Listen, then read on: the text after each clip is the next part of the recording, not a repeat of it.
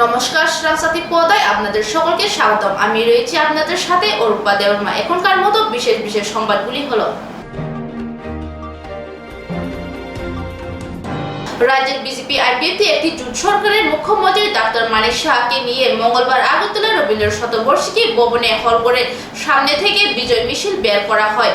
এদিনে বিজেপি কর্মী সমর্থকরা গেরুয়া আবির উড়িয়ে আগরতলা রাজপথ জুড়ে বিজয় মিছিল করেন। যিনি সর্বভারতীয় সভাপতি জেপি নাড্ডা, আমাদের হোম মিনিস্টার অমিত শাহজি, আমাদের ডিফেন্স মিনিস্টার, সবাইকে আমি ধন্যবাদ দেব। অন্যান্য যারা কেন্দ্রীয় নেতৃত্ব এসছেন আমাদের এখানে এবং আমাদের পার্শ্ববর্তী রাজ্যে মুখ্যমন্ত্রী এবং মুখ্যমন্ত্রী এখানে এসছেন, হিমন্ত বিশ্ব শর্মা থেকে শুরু করে এবং অন্যান্য যারা এসছেন সবাইকে আমি ধন্যবাদ দিতে চাই। এবং এই জয় আমরা সবাই মিলে আমরা কাজ করেছি বলেই এই আজকে যে জয় আজকে আমরা বিজয় উৎসব পালন করছি সেটি সম্ভব হয়েছে।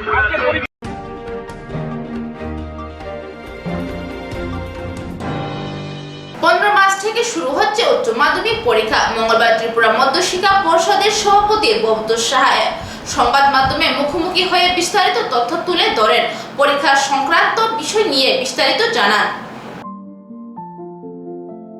আগামীকাল 15ই মার্চ থেকে ত্রিপুরা মধ্যশিক্ষা পরিচালিত উচ্চ মাধ্যমিক পরীক্ষা শুরু হবে।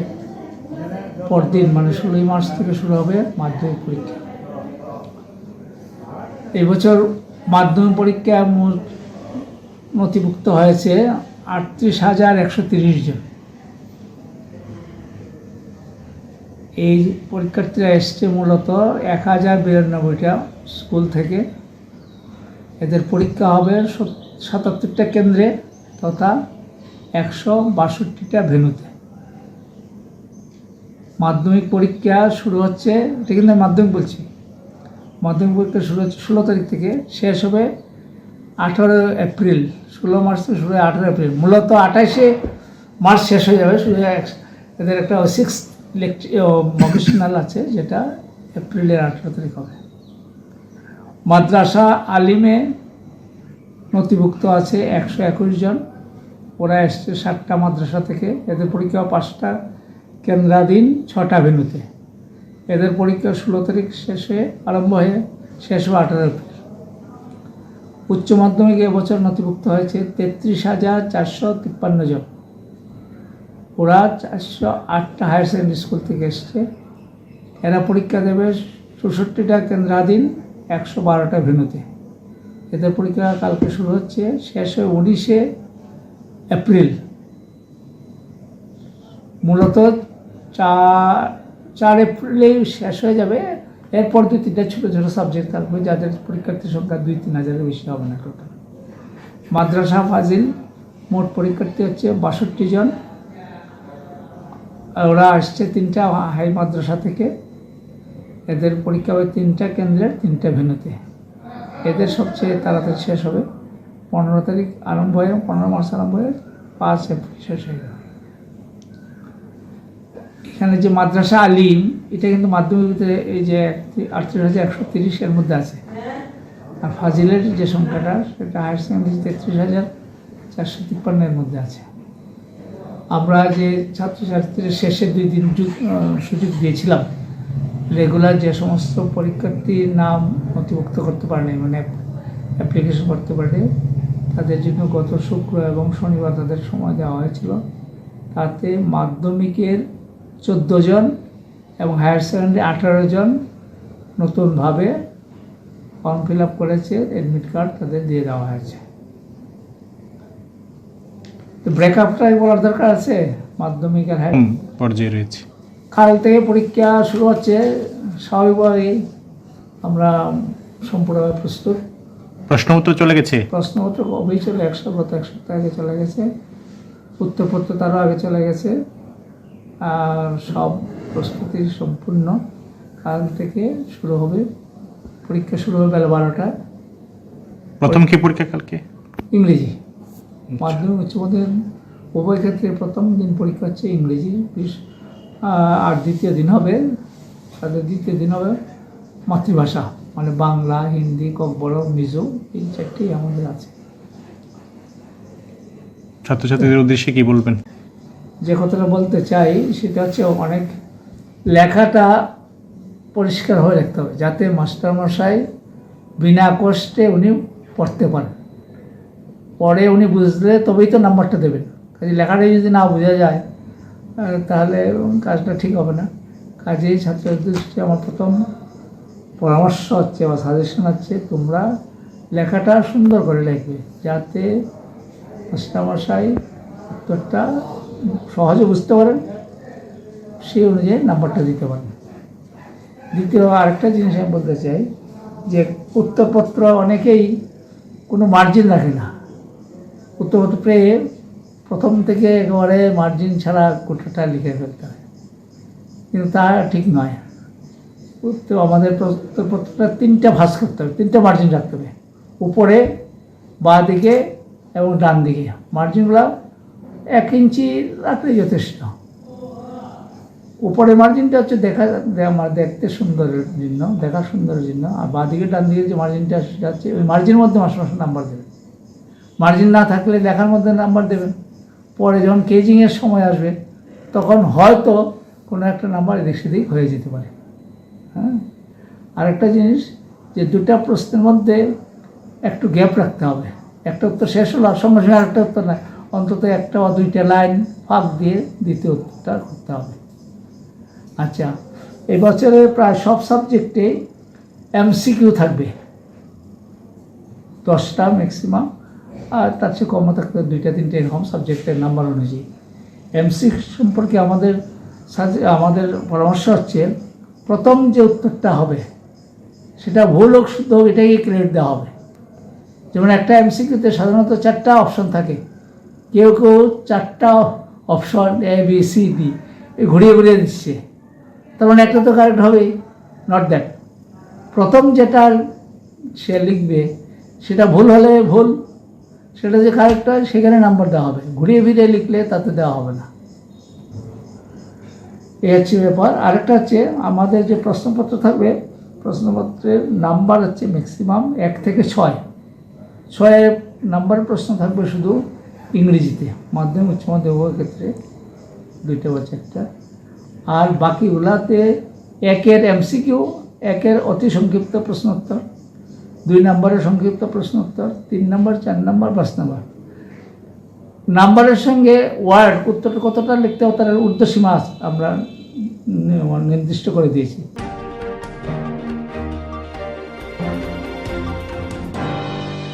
বিশালগড় আনন্দমার্গ স্কুলের রাতের আধারে দুঃসাহসিক চুরি থানার অভিযোগ। ঘটনা বিবরণী জানা যায়, গতকাল রোজ সোমবার রাতের আধারে স্টোর রুমে জানালা ভেঙে চোরের দল প্রবেশ করেছে, মূল্যবান জিনিস নিয়ে যায় বলে অভিযোগ স্কুলের শিক্ষকদের।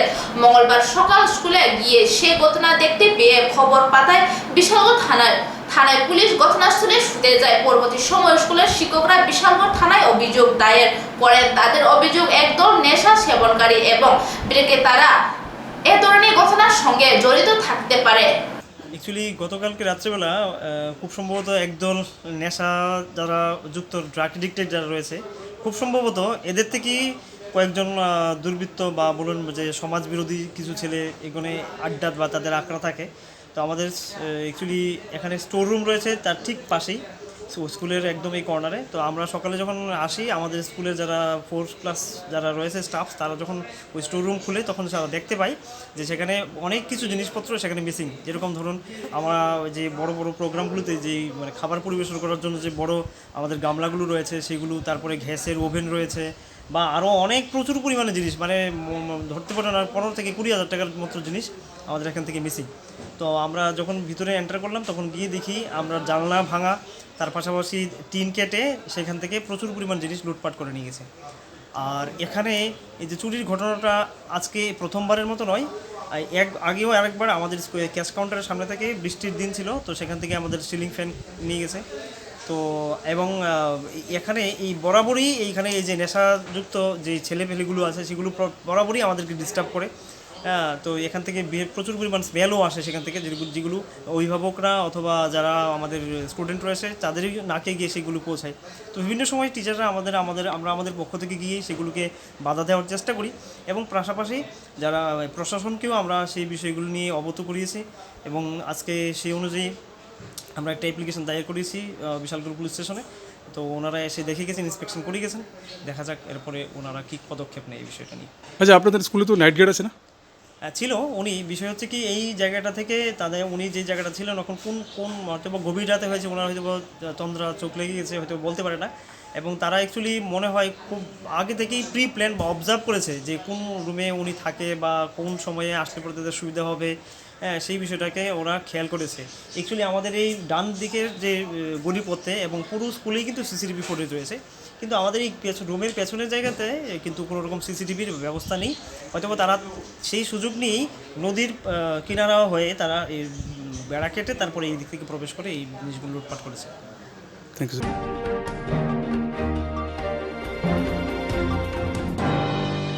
যুবরাজনগর বিধানসভা চন্দ্রপুর গ্রামে দুষ্কৃতিকারী সন্ত্রাসে পুড়ে ছাই 1200টি রাবার বাগান।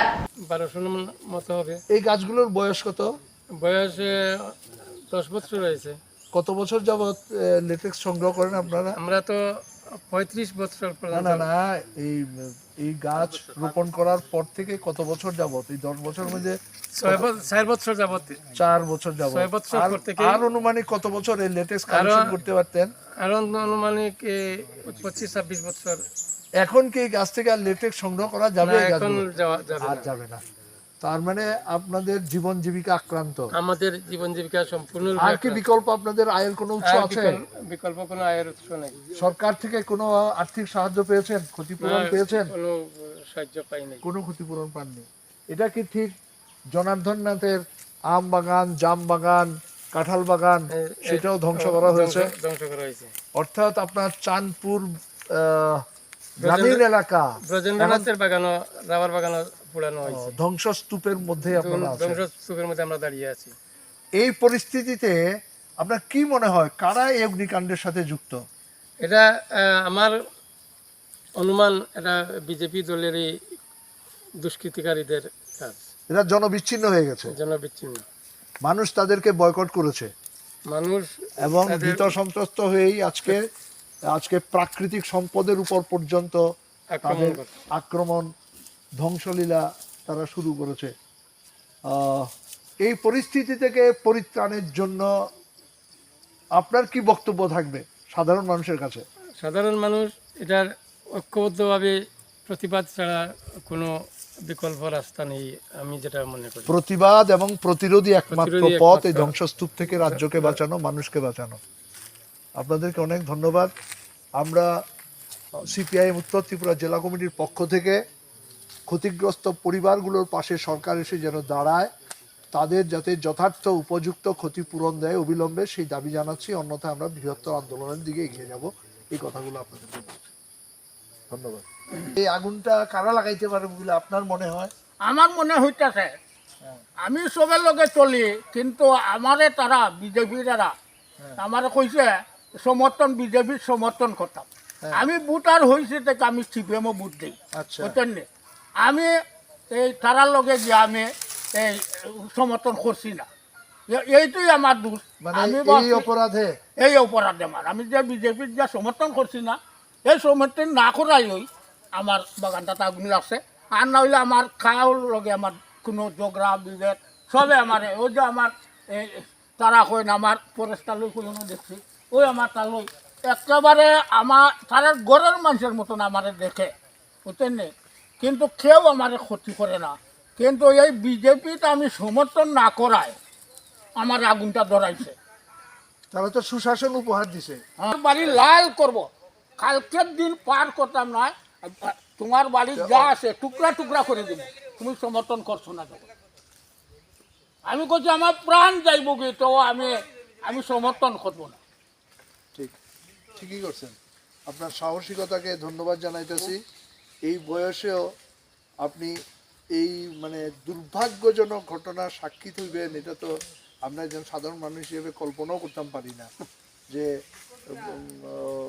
এই বয়সে আপনার আপনার তিলে তিলে গুড়া তুলা এই বাগানটা আজকে ধ্বংসলীলায় পরিণত হয়েছে। আমার বাগানটা লাগে বড় বড় একটা আমার এটা আপনি চোখের জল ফেলবেন না, চোখের জল ফেলবেন না, মনের মধ্যে ক্রোধ জমা করেন, মনের মধ্যে ক্রোধ জমা করেন।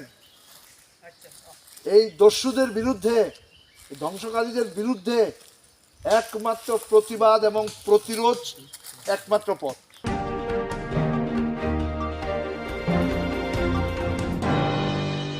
জনকয়েক অসচেতন ব্যবসায়ী কারণে দূষিত হচ্ছে খোয়াই নদীর জল। প্রয়োজনীয় সুবিধা থাকা সত্ত্বেও ব্যবহৃত করছে না। তাছাড়াও মাছ এবং মাংস ব্যবসায়ীদের মধ্যে একটা অংশ তাদের ব্যবসায়িক বর্জ্য পদার্থ এবং আবর্জনাগুলো খোয়াই নদীতে ফেলে দিচ্ছে। এতে করে একদিকে যেমন দুর্গন্ধ ছড়াচ্ছে বাজার এলাকায়, অন্যদিকে খোয়াই নদীর জলও দূষিত হচ্ছে। তেলিয়ামুড়া মার্কেট থেকে আমার কাছেও খবর আছে যে ব্যবসায়ীরা তাদের বিভিন্ন সামগ্রী, পচনশীল বস্তু, বিশেষ করে মাছ এবং মাংস ব্যবসায়ীদের যে সমস্ত মাছ ব্যবসা এবং মাংস ব্যবসা করতে গিয়ে অবশিষ্টাংশ যেগুলি পড়ে থাকে সেগুলি নদীর জলে পড়ছে বা ওনারা ইচ্ছাকৃতভাবে ফেলছে সেটাও বলবো না, ওনাদের অসচেতনতার ফলে এরকম হচ্ছে। আমরা তাদের সাথে একটা মিটিং করেছিলাম ইলেকশনের পূর্বে, আমাদের বিধায়িকাও ছিলেন। সেই মিটিংয়ের মধ্যে আমরা তাদের সাথে ধার্য করেছিলাম যে তেলিয়ামুড়া পৌর পরিষদ থেকে আপনাদের এখানে ডাস্টবিন দেওয়া হবে, ড্রেনের ব্যবস্থা, কালভার্ট ড্রেনের ব্যবস্থা এবং টয়লেটের ব্যবস্থা, সমস্ত কিছু যে ডিমান্ডগুলি তাদের ছিল দীর্ঘ 40 বছর ধরে যেগুলি পাইনি সেগুলি আমরা করে দেব। আপনারা সবাই জানেন যথারীতি আমরা সমস্ত ডিমান্ডগুলি আমরা পূর্ণ করেছি এবং ডাস্টবিন দিয়েছি। সেই ডাস্টবিনের মধ্যে ময়লাগুলি ফেলার কথা ছিল এবং তাদেরকে আমরা মান্থলি একটা দিয়েছিলাম যে একটা ফিস বাবদ 40 টাকা করে আমাদেরকে দেবে, তারা রাজিও হয়েছেন সেই ফিসটা দেবে। আমরা ডাস্টবিন দিয়েছি যথারীতি, কিন্তু ডাস্টবিনের মধ্যে দেখা গেছে অনেক ব্যবসায়ী সেই ডাস্টবিনের মধ্যে ময়লাগুলি না ফেলে কিনারে ফেলে দিয়ে আসে, তারপর বিভিন্ন বানর বা বিভিন্নভাবে গড়িয়ে সেগুলি নদীর জলে চলে যায় এবং জল দূষণ হচ্ছে। সেই কারণে আমি পুনরায় তেলিয়ামুড়া পৌর পরিষদের পৌরপিতা হিসেবে তেলিয়ামুড়ার সমস্ত অংশের ব্যবসায়ীদের কাছে আমি বিনম্রভাবে আমি আবেদন রাখছি যে আপনারা আপনাদের যে পচনশীল হোক অপচনশীল হোক যে সমস্ত বজ্র পদার্থগুলি আছে আপনারা একটা নির্দিষ্ট জায়গায় আমাদের ডাস্টবিনের মধ্যে ফেলবেন এবং আমরা যথারীতি সেখান থেকে এগুলি নিয়ে আসব। সেই উদ্দেশ্যে আমি একটা মাইকিংও এর মধ্যে আমি আবারও করিয়ে দিচ্ছি। ধন্যবাদ।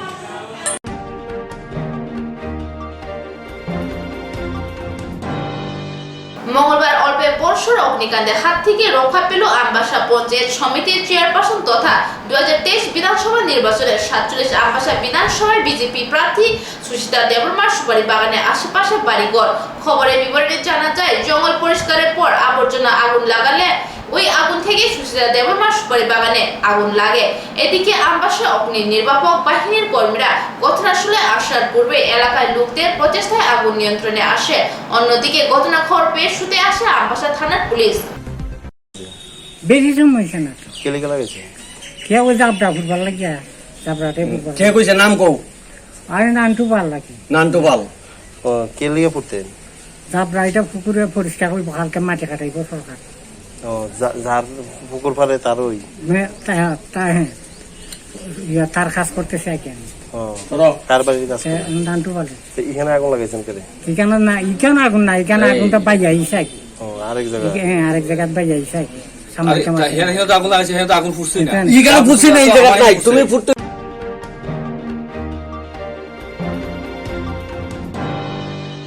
এখনকার মতো সংবাদ এখনই শেষ হলো। পরবর্তী সংবাদের জন্য চোখ রাখুন শ্রীরামজ্যোতি পর্দায়।